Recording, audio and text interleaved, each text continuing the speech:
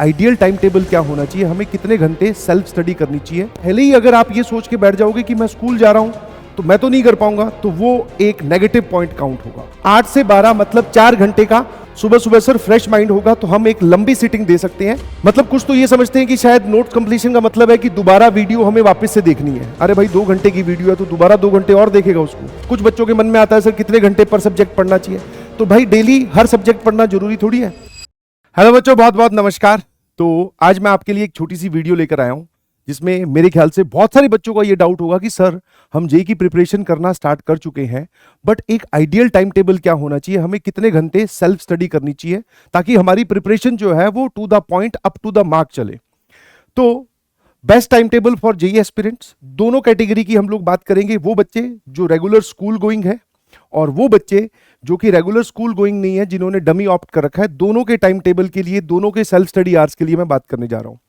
Video start करने से पहले मैं आपको यह बता दूं कि जो रेगुलर स्कूल गोइंग स्टूडेंट्स हैं वो अपने आप को कम ना समझें प्लीज, ठीक है। आप ये बिल्कुल ना समझें कि सर हमारे पे स्कूल का बर्डन है, हम डेली स्कूल जा रहे हैं, वहां का भी होमवर्क कर रहे हैं, तो सर हम कैसे कंपीट कर पाएंगे इनसे, ठीक है। अगर मैं स्टैटिस्टिकली बात करूं तो जितनी भी जेईई मेंस और जेईई एडवांस में रैंक आती है, उन बच्चों की टॉपर्स की आप रैंक उठाकर देखोगे तो वो एक तो टॉपर होंगे और दूसरा वो रेगुलर स्कूल गोइंग स्टूडेंट्स होंगे।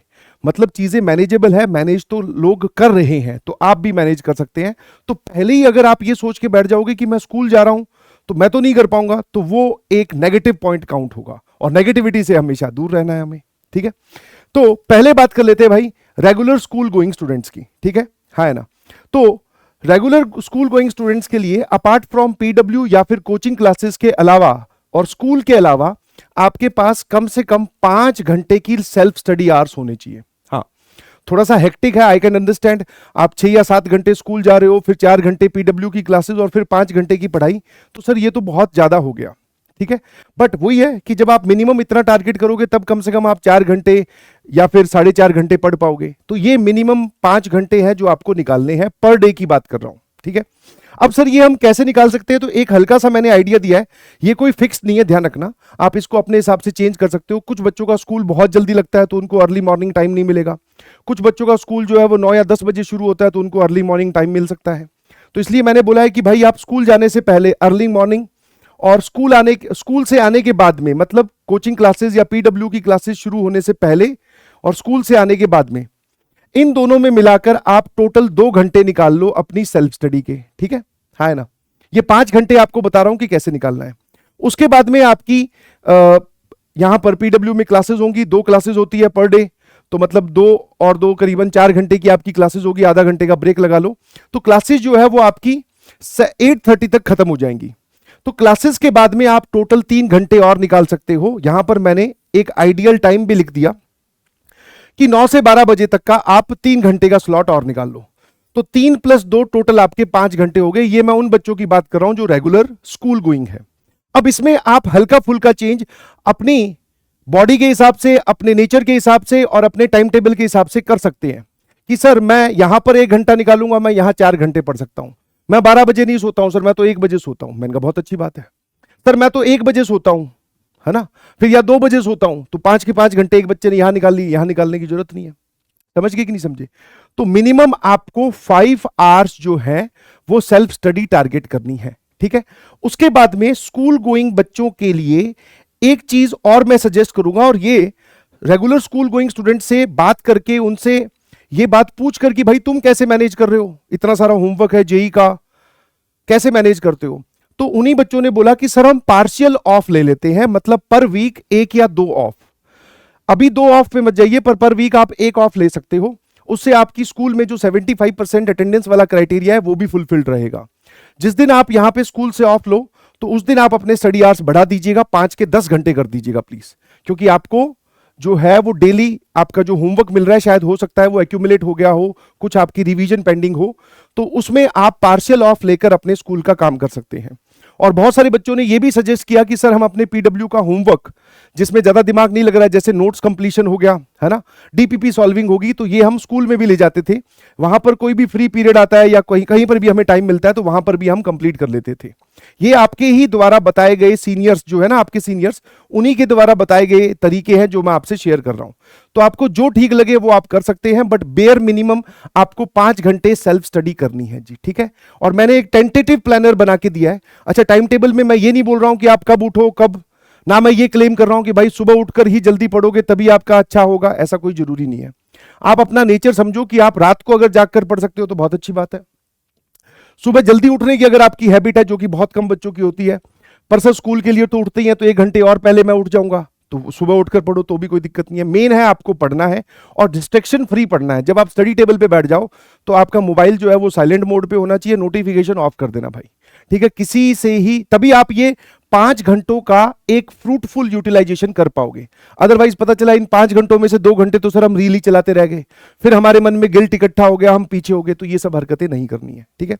उसके बाद में अगर मैं बात करूं तो फॉर डमी स्टूडेंट्स, वो स्टूडेंट्स जो स्कूल नहीं जाते हैं रेगुलरली, जिन्होंने डमी ऑप्ट कर रखा है, उनके लिए minimum 9 hours of self study है जी। आपको कम से कम, और ये 9 hours apart from PW classes, 4 साढ़े 4 घंटे की जो पीडब्ल्यू क्लासेस हो रही है उनको छोड़ दो, उसके अलावा आपको 9 घंटे निकालने हैं सेल्फ स्टडी के। तो एक आप अर्ली मॉर्निंग निकाल सकते हो, स्लॉट 1, 8 से लेकर 12, मतलब 8 बजे स्टडी टेबल पे बैठ जाना है। अब आप कितने बजे उठते हो, कितनी देर तक घूम के आते हो, कितने बजे नाश्ता करते हो, वो सब आपको मैनेज करना है। 8 से 12 मतलब 4 घंटे का सुबह सुबह सर फ्रेश माइंड होगा तो हम एक लंबी सीटिंग दे सकते हैं। 4 घंटे की सर हमने एक पहला स्लॉट 4 घंटे का रखा। उसके बाद में फिर आप 12 बजे के बाद में लंच कीजिए, थोड़ा रेस्ट कीजिए, फिर 1 बजे आप वापस से बैठ जाओ। 1 से लेकर 3 क्लासेस आपकी 4 या 4:15 बजे स्टार्ट होती है पीडब्ल्यू में, तो फिर भी मैंने यहां पे 3 बजे लिखा है, मतलब 3 से 4 वापस से आपके पास में 1 घंटा है खाली। तो 1 से लेकर 3 आप 2 घंटे और निकाल सकते हो, तो 4 और 2 6। और उसके बाद में क्लासेस खत्म होने के बाद में, पीडब्ल्यू की क्लासेस खत्म होने के बाद में, उसके बाद में आप 3 घंटे और निकाल सकते हैं रात में क्लासेस खत्म होने के बाद।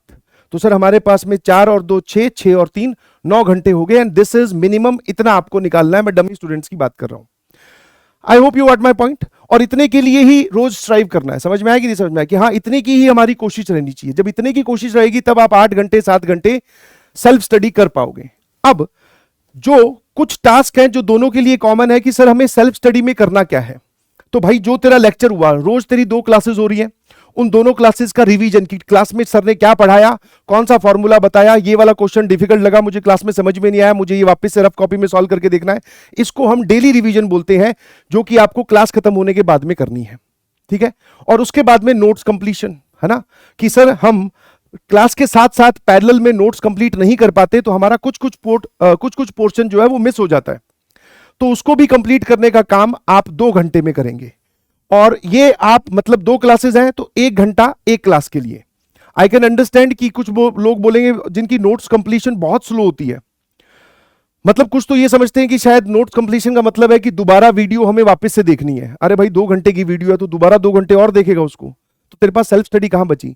नोट्स कंप्लीशन आपको पीडीएफ नोट से करना है, और सारी चीजें नहीं लिखनी होती भाई, ठीक है। जैसे ऑप्शंस नहीं लिखने होते, जब मैं यहां पर सवाल लेकर आता हूं तो उसमें ऑप्शंस होते हैं, तो आपको ऑप्शंस लिखने की जरूरत नहीं है।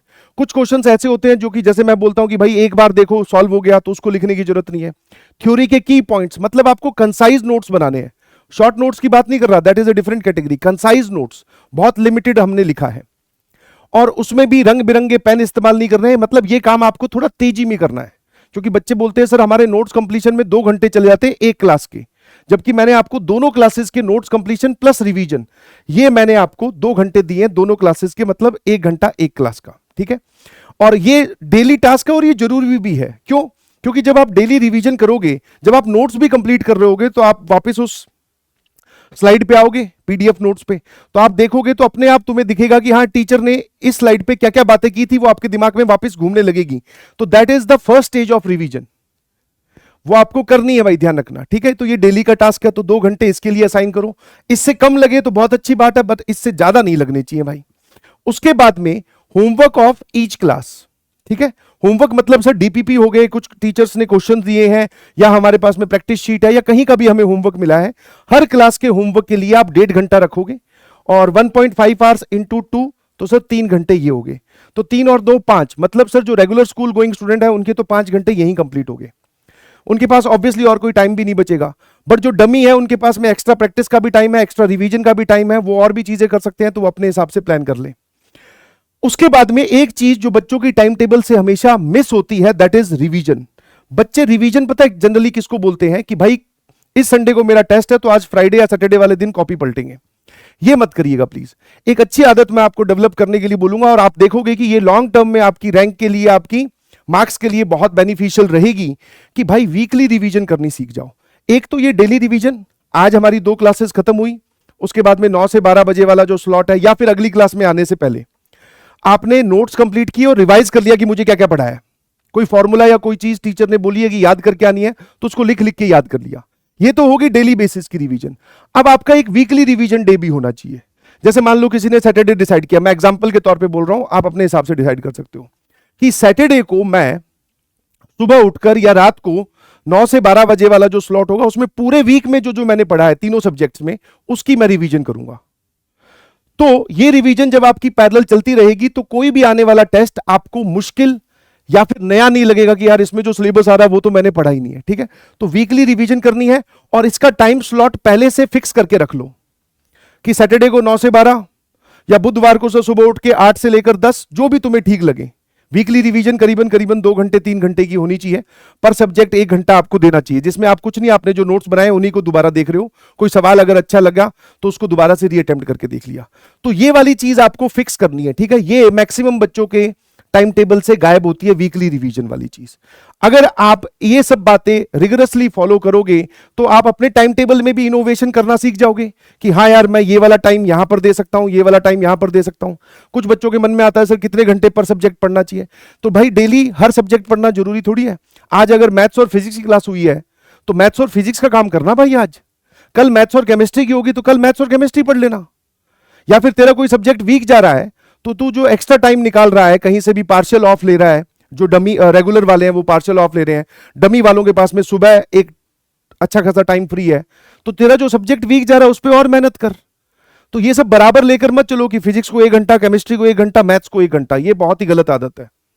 जिस दिन जिसका काम मिला है उस दिन उसका काम कंप्लीट करो ना, बस सिंपल सी कहानी है। तो आई होप आपके लिए ये वीडियो फ्रूटफुल रही होगी। ठीक है, कमेंट सेक्शन में जरूर बताइएगा कि आपको नेक्स्ट वीडियो, पहली चीज तो ये वीडियो कैसी लगी, और दूसरी आपको नेक्स्ट वीडियो किस टॉपिक पे चाहिए कि सर हमें इसमें और गाइडेंस चाहिए, हमें इसमें और आप बताइए कि हमें कैसे सपोर्ट मिल सकता है। मैं उस टॉपिक पे भी वीडियो बनाकर आपको दे दूंगा। Thank you so much.